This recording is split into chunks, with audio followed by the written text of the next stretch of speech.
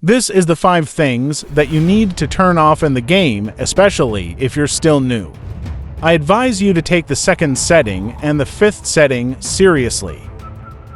First is vibration, although a good way to immerse yourself in the action.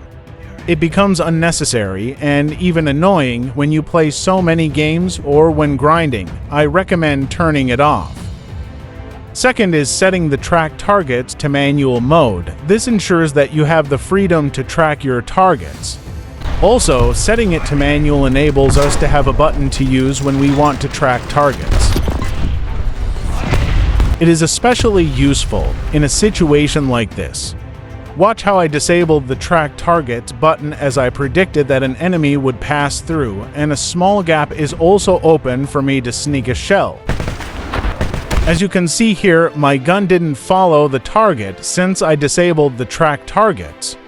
This ensures that I fire through the gap and not a wall, because in auto mode, the gun would have followed the target regardless of the obstacles.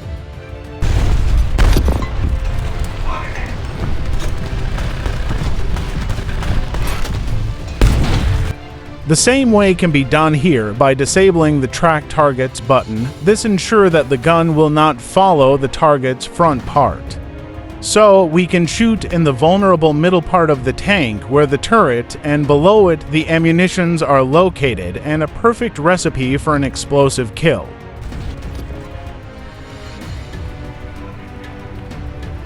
The third one is disabling grass and tank sight. This ensures that no grass will appear in your tank sight to block your aiming. This is also for future proofing. We'll never know. Maybe this year, we will get a map with tons of grass. The fourth one is the disabling the fixed armor penetration indicator. Based on the text, it adds a circle to show where the gun is. But a crosshair is enough for this job, and besides, we already got a white dot in the center of the screen as a guide. Enabling it might cause confusion. I recommend not turning it on, as the crosshair is enough, especially if you've gotten used to it. Now the 5th and last one is very important. Pay close attention. Disable the auto zoom on target selection. This ensures that we have full control in zooming in and zooming out our sights. For this moment, I'll enable it to show you how it works. See how far it can zoom even with maximum zoom slider. It works by only zooming in when there's a target. Although great at first, this becomes a problem when a wall, for example, blocks the view. It automatically exits the tank sight. See how it hesitantly zooms in and out even though the slider is on maximum. But when disabled, it becomes easier to aim at the target, especially in long range. Now, remember why I said to take number 2 seriously, which is turning track targets to manual. The two actually work together.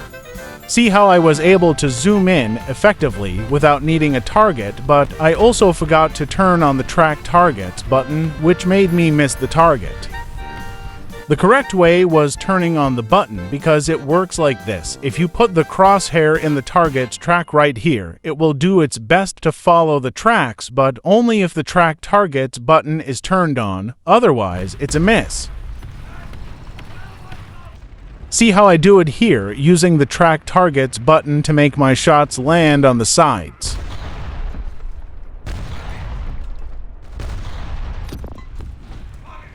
Now, that's all for this video. Good luck.